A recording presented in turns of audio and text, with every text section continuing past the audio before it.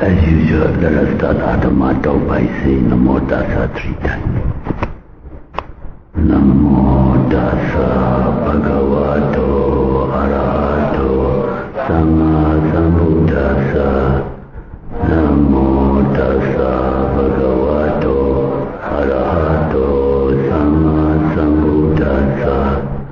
Namo Tassa Bhagavato Arahato Sama Sambuddhassa. The subject of today's Dhamma talk is, what is the most important matter in life? That's a question one should know thoroughly. This admonishment was given by our Lord Buddha in reply to the request made by one celestial Brahma, while the Lord Buddha was residing at the Sayādaw monastery in the southern outskirts of Indian capital city at that time, Savatthi. Before we start with this admonishment, I want to express my opinion on everybody's attitude in this regard. If you ask anybody, what is the most important matter in life? Everybody will commonly answer, my health or my means of livelihood is the most important. Yes, it may be right if you consider on the welfare of just this present existence only.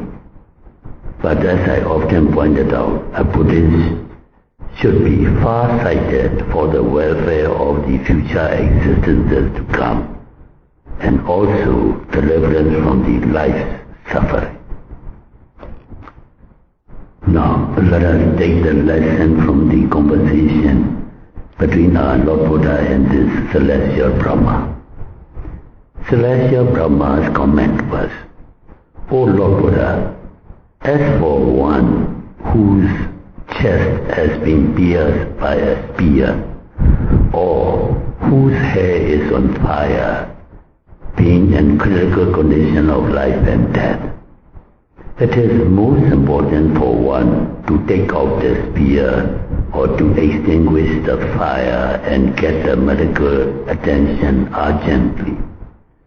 It is most important for one to eradicate the craving, that is dharma, that is firmly grasping on the sensual objects by diligent mindfulness.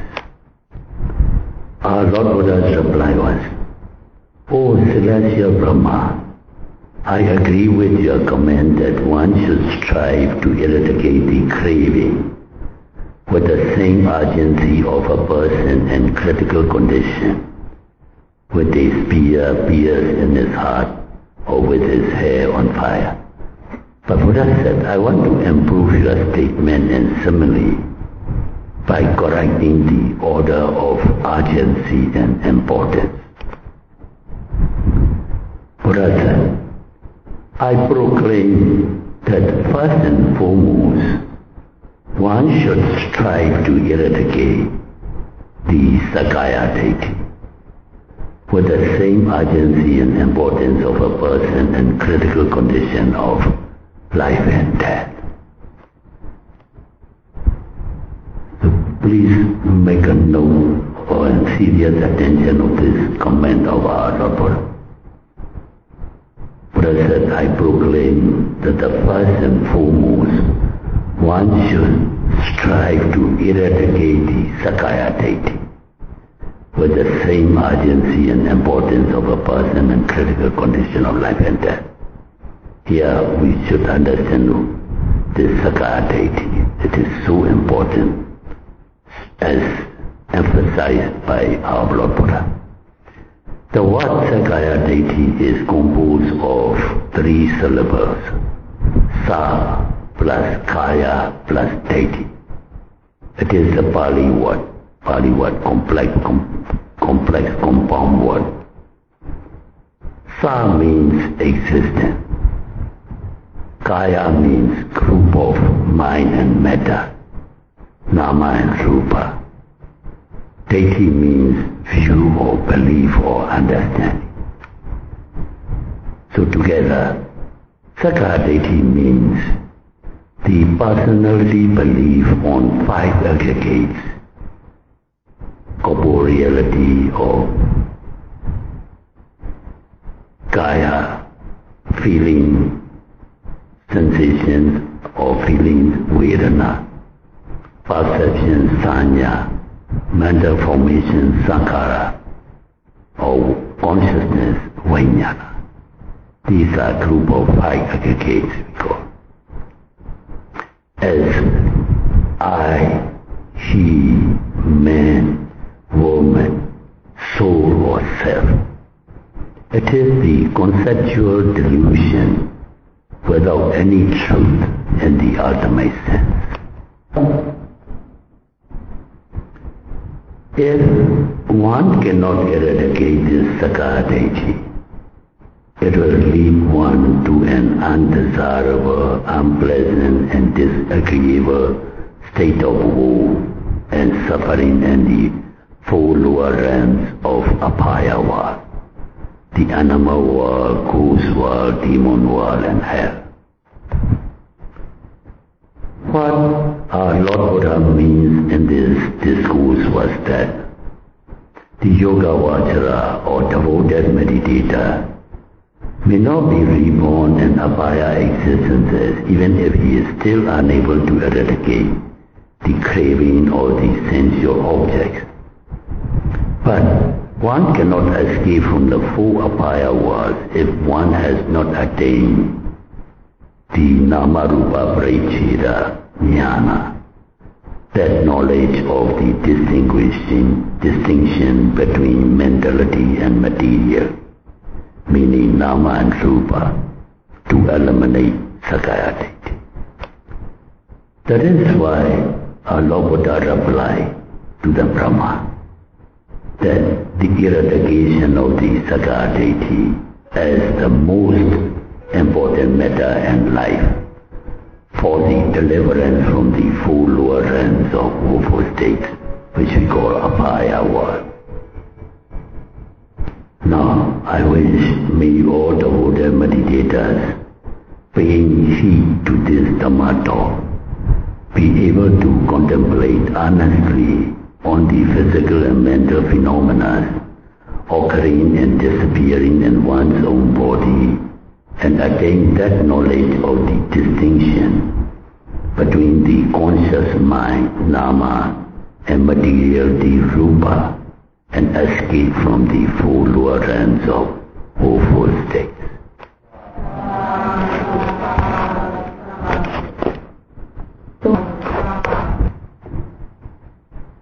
If no question, let me discuss about this talk because it is important talk for you all to understand. I hope you understand that talk. Here, Celestial Brahma and our Lord Buddha discussing about this Sayādaw.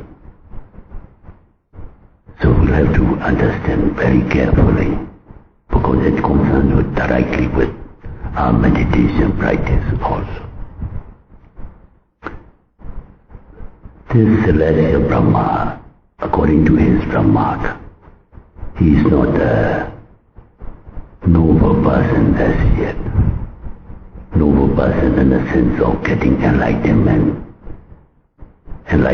of path and fruition knowledges, 4 stages of noblehood: Sotapanna, Sotapati Megaphala, Sagragami Megaphala, Anagami Megaphala, and Arhata Megaphala. Because his comment was, he emphasized on eradicating sensual desire, which we call dana, or translated in English as craving for sense pleasure. Because by attaining jhanic attainments, if with that jhanic attainment, if one dies, one can gain Brahma realms, Brahma existence. One can be reborn in Brahma existences. But when his jhanic karma exhausted, then he can be rewarded back to human realm, and from there to even to four lower realms of Ovo states. Because since he has not attained any supramundane attainment or noblehood of these four attainments, Sotapati path and fruition, Sagragami path and fruition, Anagami path and fruition, and Arhata path and fruition. At least the person who has not attained this, the fourth or the lower attainment of Sotapati Mecca, one is not free from rebirth and the four lower realms of Ovo states. That is the main emphasis of this talk.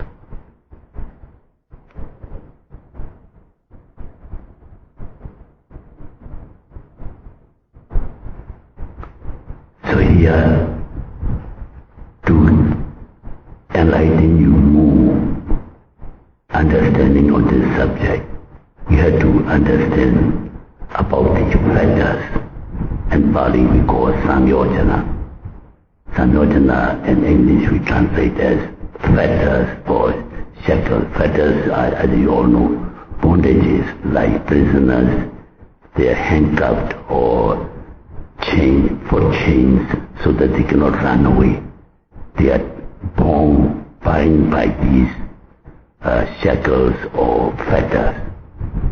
So also these mental defilements or kilesas that bind all beings to this samsaric chain of rebirth, the chain of being reborn, growing old, sickness and death, that we call vicious circle or samsara. So the beings are bound to this samsara by these 10 fetters. Fetters, fetters. Fetters are shackles or bondages. They are 10 in number.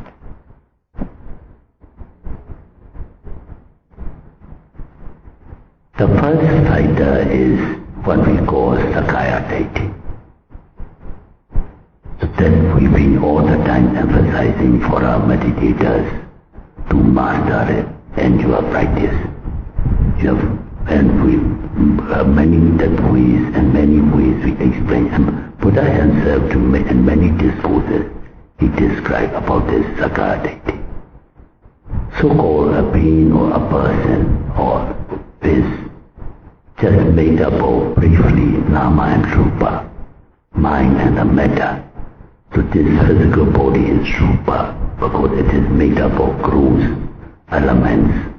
Prithvi, earth element, Apo, water element, Tejo, heat element, and Vayu, wind element. Mahabhuta, great primary elements. So this is, we call Rupa. So this physical body is Rupa. And depending on that is the mental energy or the mind.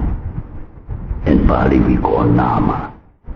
So-called a person or a being is just this, a composite of mind and matter, Nama and Rupa.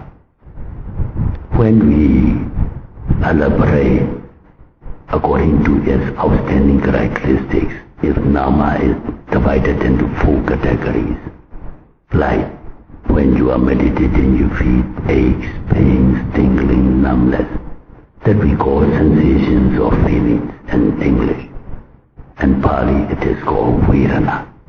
So this is one mental group, Vedana.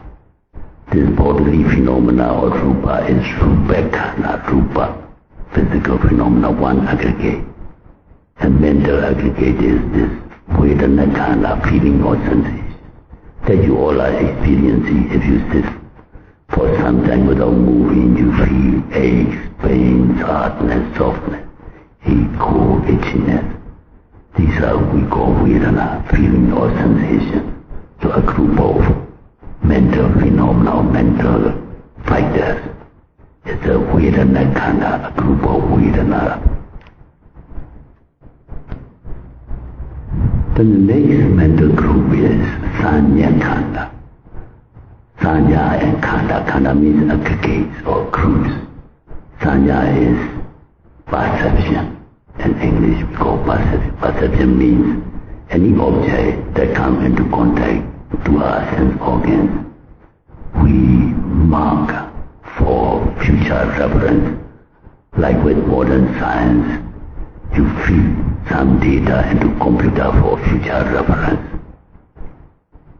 So that is Sanya group. Like when you see something you identify as a man or a woman, a human being, or animals. This is a dog, a cat, or a bird, or a tree, or a cow, so on. These are the function or the work of the Sanya, which we call perception group, the Sanya Khanda. Then the next group is Sankhara Khanda. Sankhara Khanda. Khanda is a group or aggregate. Sankhara. Sankhara, though it is translated as volition or intention, it has much more broader meaning. This one word is not enough for translation of Sankhara. Anyway, because it begins with the intention or desire, it is translated as volition or group. But it also includes the reaction arising out of this volition, intention or reactions. So please remember that this group is called Sankhara, and that's why sometimes you may find in some books translated as mental formation. Because of volition or desire, we act by mouth, by speech, or by bodily action. So these actions are we call mental formation. Formations due to the mind or mental factor. So these are all categorized under Sankhara group. So that's why it is called Sankhara Khanda. And the next group is Vijnana Khanda. Vijnana and Khanda. Khanda is group or aggregate. Vijnana is translated in English as consciousness or the mind. So, due to the combined action of Vedana, Sanya and Sankhara, it completes the awareness or the knowing of the mind. The mind's function is completed by this arising of Vijnana or consciousness. This I've often told you, those who have studied some Abhidhamma may have some knowledge. Buddha categorized into 81 mundane citas, 8 supramundane, 89, or with jhani citta, 5 jhani citta, 5 8s are 40. So up to 121 he categorized. Never mind. For our meditators and our practical meditation, if you can identify 6 kinds of Vijnana or consciousness, it is well and good. It is supportive to our attainment. That is, with the eye, when the visual object is presented to the eye, seeing consciousness arises. That is Vijnana, seeing consciousness, mind. Chakunja, Padeja, Rupeja, Upejati, Chakku Vijnana, Tenan Singati Paso. Buddha said, the visual object and the eye, when they come into contact with the mind, these 3 cause result in seeing consciousness. What we simply see is, we see something means that seeing consciousness, seeing mind is arising. So that at least we must know as a meditator, though we may not be able to classify 181 or 121 or 89 citas. By practical meditation, we can easily identify. And like now you are hearing my sound. Soteja, Padeja, Sadeja, Upajati. Sota Vijnana Denan Sangati Paso. The sound, the ear and the mind, when three come into position of focusing, or that we call pasa or contact, then hearing arises, meaning you hear my voice because of these three elements taking place: the sound, the ear sensitivity, and the mind. So there's hearing consciousness arise like that. So six consciousness means seeing consciousness, hearing consciousness, smelling consciousness, tasting consciousness, tactile consciousness, and mental mind, mental objects. So if you can remember these six, these come under the Vijnana Khanda, group of Vijnana or mind. Please be clearly understood. So it comes to five aggregates or five groups of elements. One, material or rupa khanda, one. Then four mental components are Vedana khanda, Sanya khanda, Sankhara khanda, and Vijnana khanda. So these five aggregates, briefly speaking, Nama and Rupa.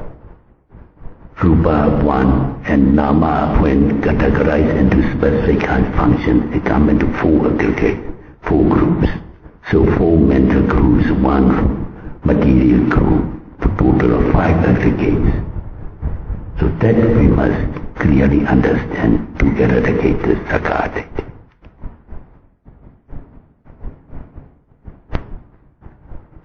I hope I make it clear to you all.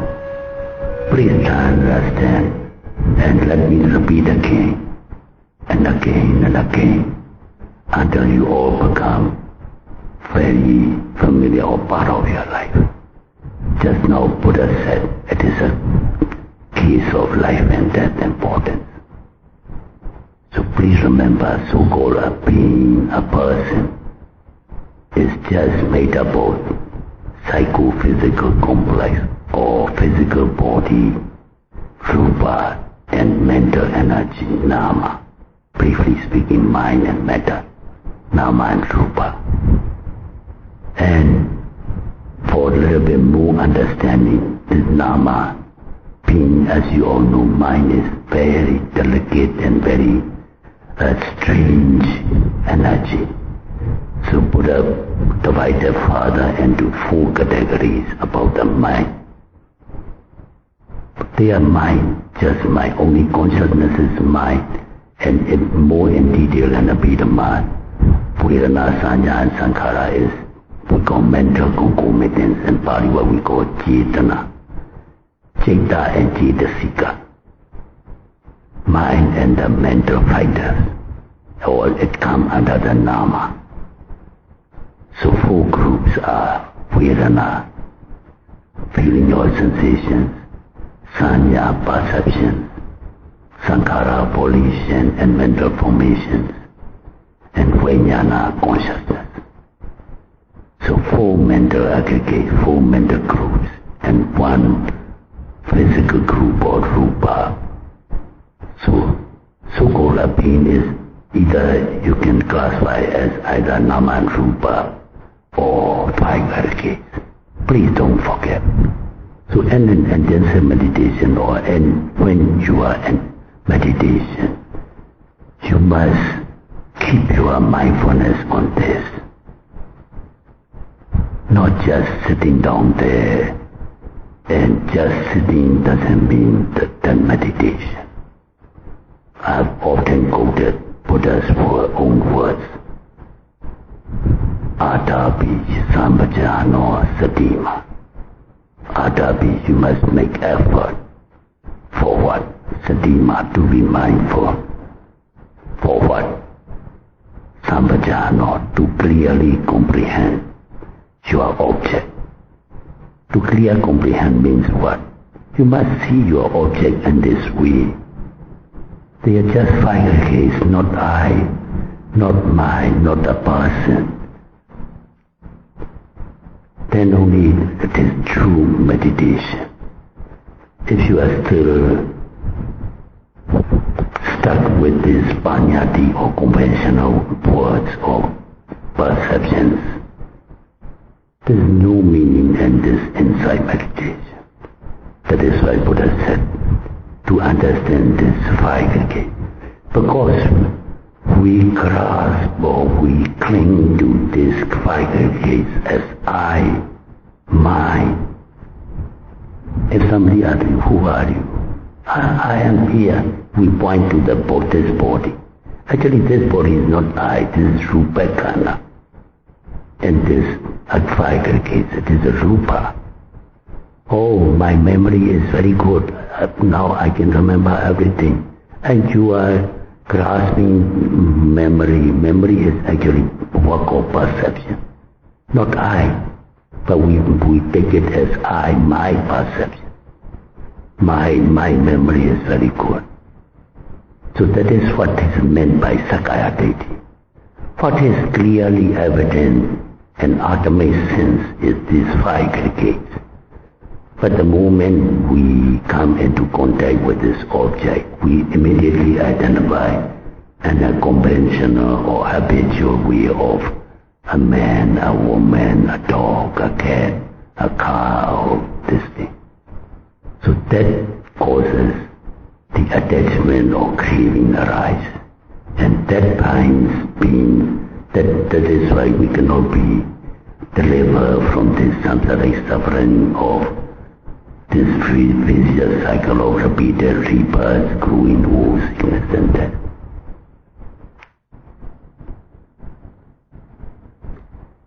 So as Buddha said, with the urgency of life and death, when you meditate, you must be able to impress yourself intellectually, cannot be erased.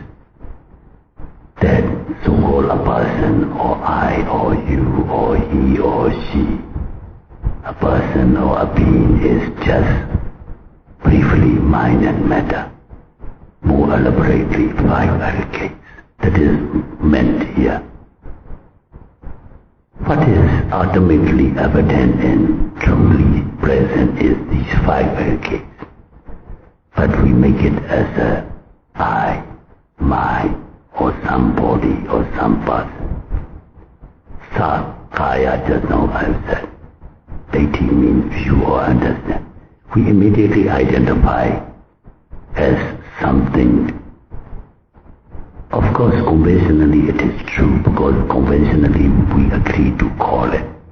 But in the ultimate sense, there is no person. What is really present is these 5 aggregates. Rupa Khanda, Vedana Khanda, Sanya Khanda, Sankhara Khanda, and Vijnana Khanda. Corporeal group, matter, sensation of feelings, perception, Sankhara volition, Vijnana consciousness. What is truly present is these aggregates, and we try to identify, or we try to imagine ourselves with the concept of individuality. And that is the meaning of Sayādaw.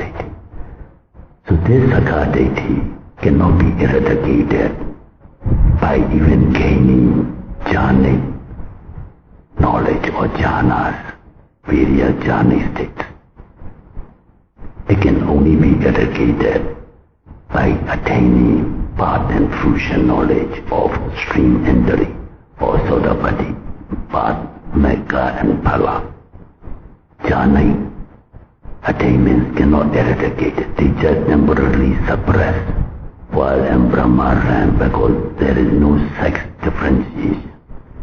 They may be able to suppress this dana or craving for some time. But when this jhani meritorious, these karma exhaust, they can be rewarded to human realm, and from there they may even fall back to full lower realms. Only Ekaya no ayampe kwe meko sadhana visuddhiya. Buddha said this is the only way. This mindfulness meditation or insight meditation is the only way to eradicate or to root out these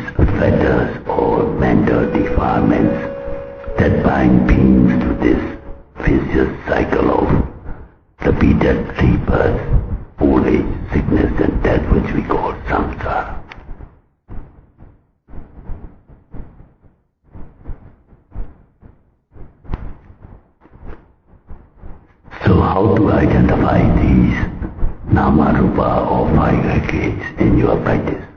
That too we have many times explained how to identify in your daily practice.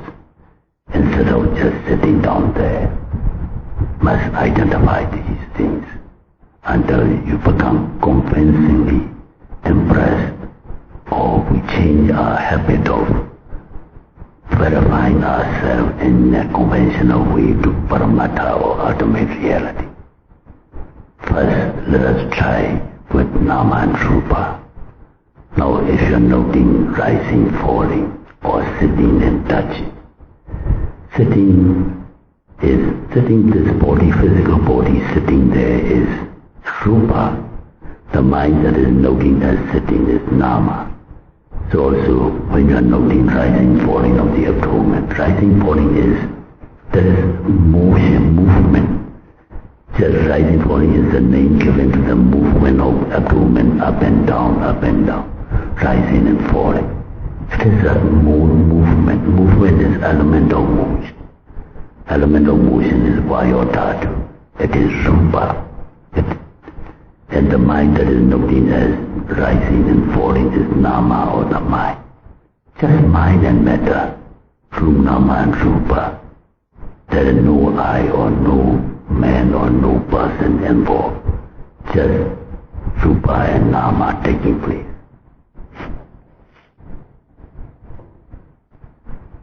So also in walking meditation, when you are noting the steps, either left step, right step, or lifting, putting down, lifting, moving, putting down. And this movement, this is the motion, element of motion, Vayodhatu. It is Rupa. And the mind that is noting as left step, right step, or lifting, putting is Nama. Mind is matter. And at the end of the path, when you are noting standing and touching, the body that is standing is Rupa. And the mind that is noting as standing and touching is Nama. Just mind and matter.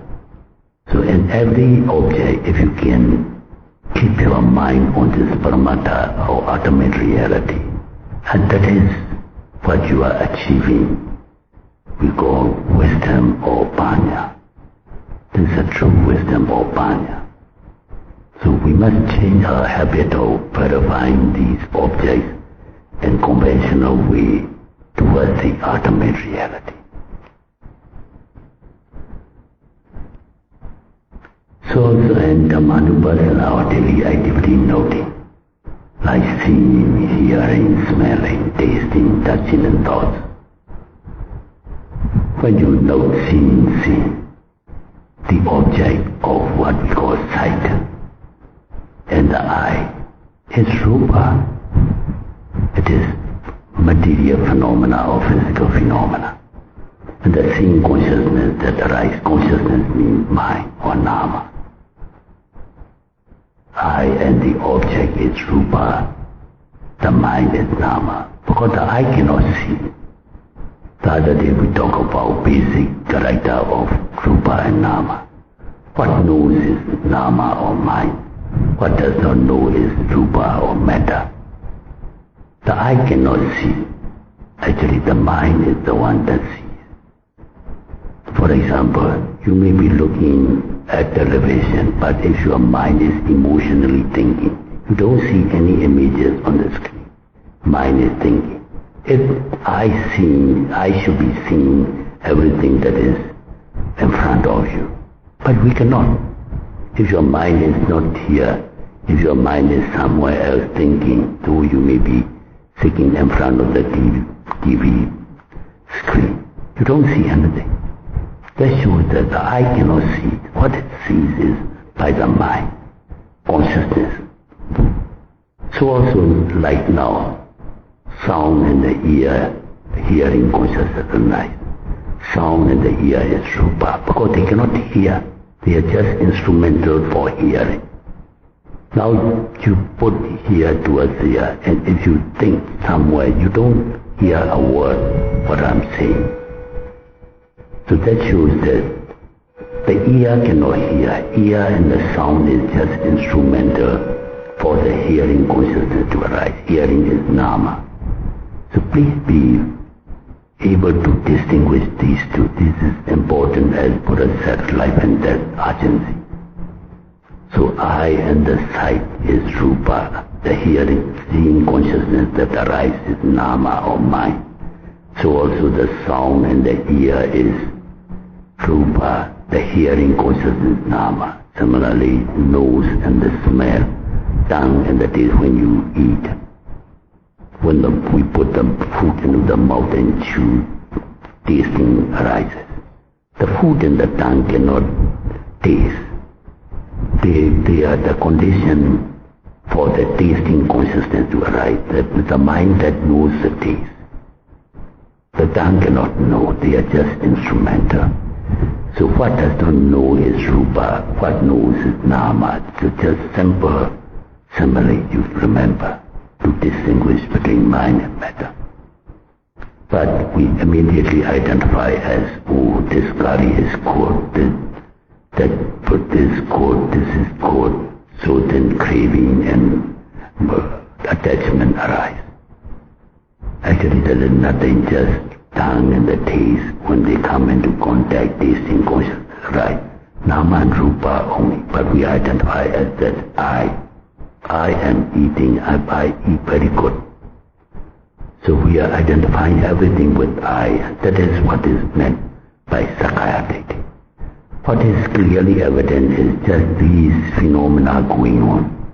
And we try to create and put in some person, some concepts in it. And that's how we become attached to it and we create problems and suffer.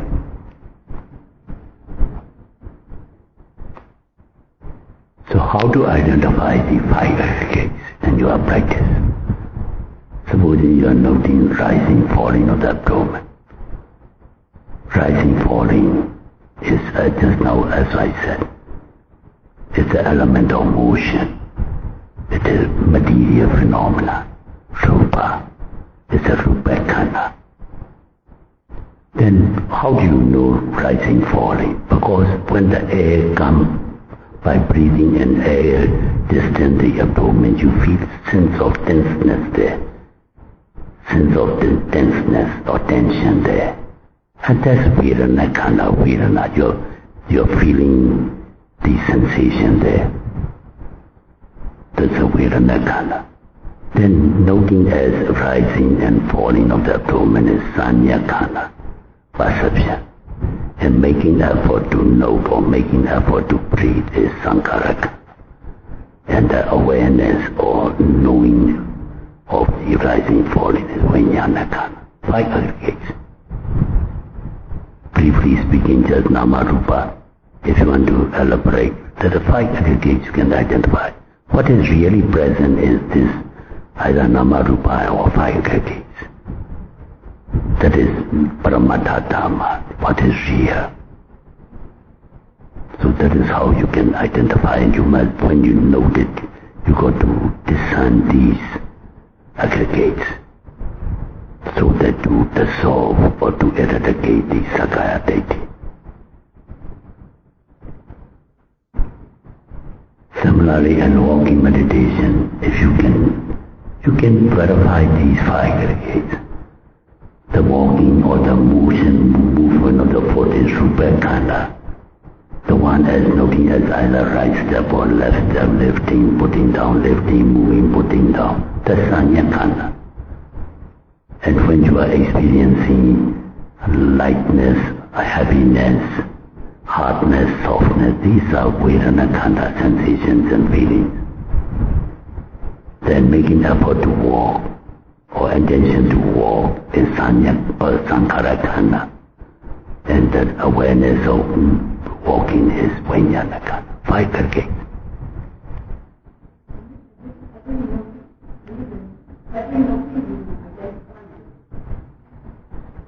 Every noting is just noting, but at the back of the mind you must understand that way. Yeah, I must identify. Otherwise, because the mind will identify in a conventional way. That is what we call avijja or delusion. Like if you Unless you identify as these elements, we habitually identify as I am walking, I am taking steps.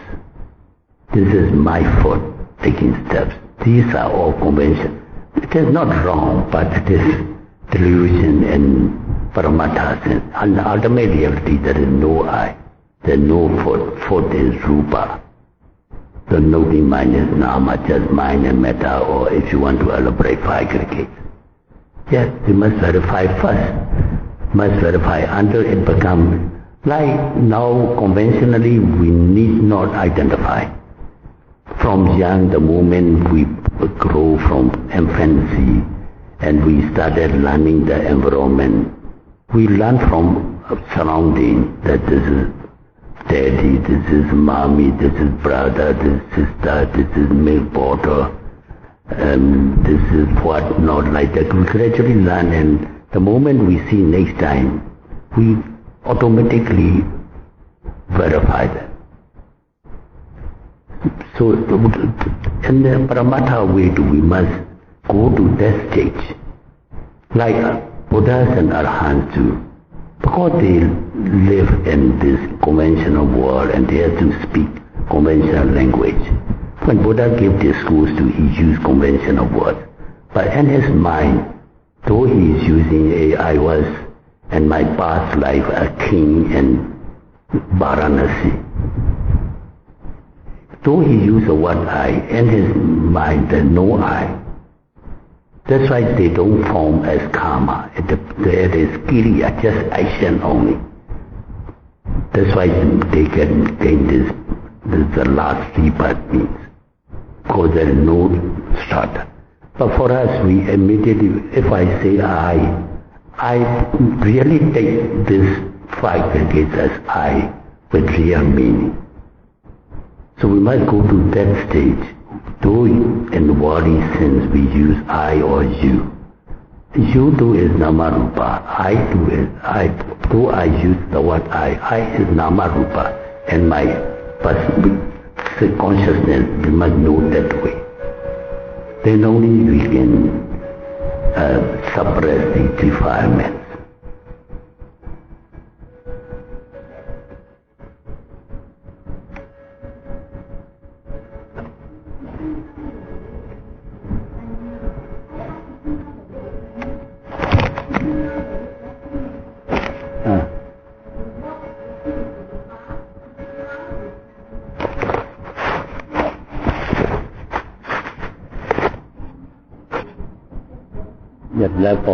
Left or right, lifting or moving, putting. These are conventional words. Lifting is just a conventional word. Actually there is motion. What is real is motion only. But we make it as I am lifting my foot. I am putting down my foot. That is the conventional way.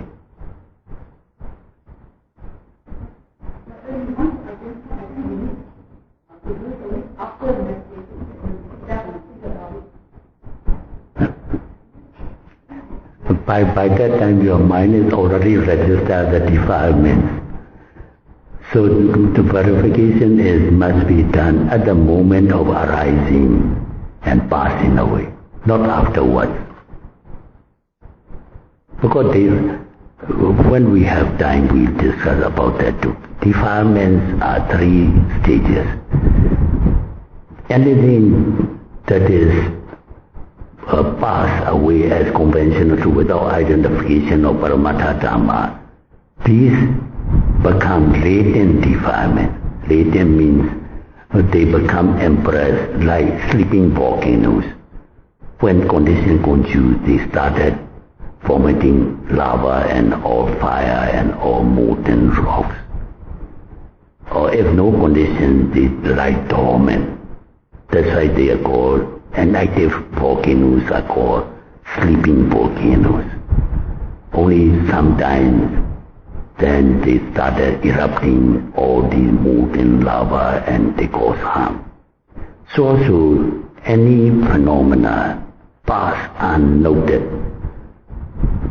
or by verifying not verifying with Paramata Dhamma.